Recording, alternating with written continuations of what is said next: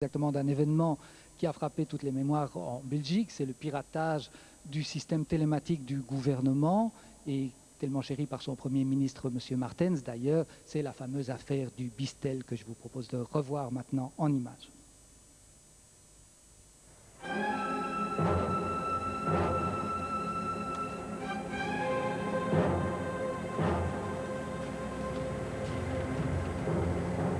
Le 18 octobre 1988, Hugo de Rieder, journaliste au Standard, se rendait à Gistel, Flandre occidentale, pour un rendez-vous mystérieux.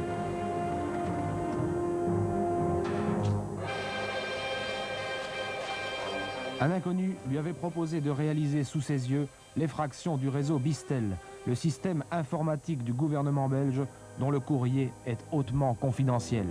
Cet inconnu se faisait appeler WM.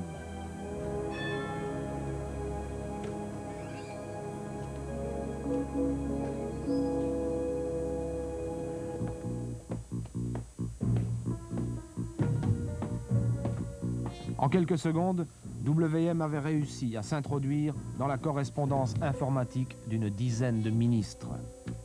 Cette piraterie du Bistel, WM l'effectuait depuis 3 mois, régulièrement.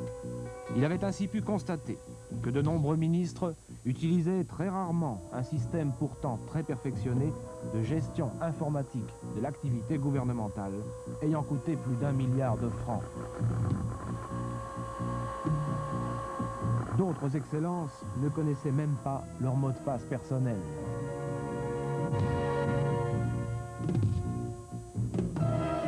Devant le journaliste atterré, WM s'introduisait ensuite dans le réseau de correspondance électronique du Premier ministre, Wilfried Martens. Il se permettait entre autres de consulter l'agenda personnel du chef du gouvernement. Ainsi, en page du mois d'août, le journaliste pouvait prendre connaissance de la préparation d'une interview télévisée ainsi que d'une note au sujet d'un attentat de l'IRA perpétré à Ostende. La plaisanterie, publiée dans toute la presse, provoqua la fureur du Premier ministre qui lança la police judiciaire sur les traces du mystérieux WM.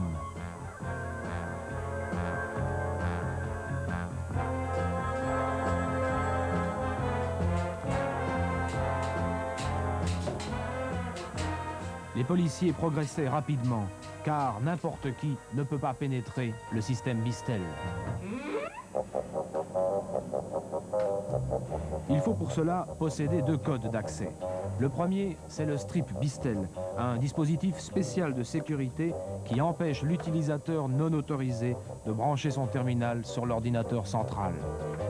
Le second, c'est le mot de passe personnel à composer par l'utilisateur qui veut accéder aux informations.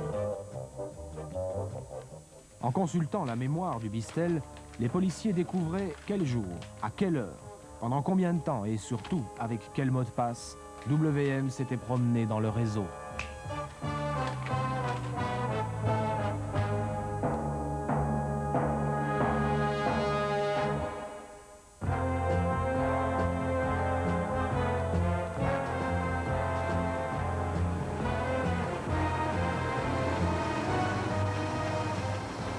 Les policiers en vinrent à s'intéresser à un membre du CVP, le parti même du Premier ministre, le candidat à la mairie de Gistel, Bart Allewake. Allewake avait effectué son service militaire au sein de l'équipe d'informaticiens du gouvernement. Le mot de passe utilisé par WM n'était autre que celui de la sœur du suspect, une ancienne collaboratrice d'un membre du gouvernement. Confondu par ces indices, Allewake finissait par se livrer à la police. Mais devant la presse, il démentait être le fameux WM et impliquait son ami Pankouk, un restaurateur de Gistel. Alors, Allewake ou Pankouk, c'est la justice qui tranchera. Tandis que chez le Premier ministre, on reverra les procédures de sécurité du courrier Bistel et on songera à améliorer une législation en retard sur cette nouvelle criminalité.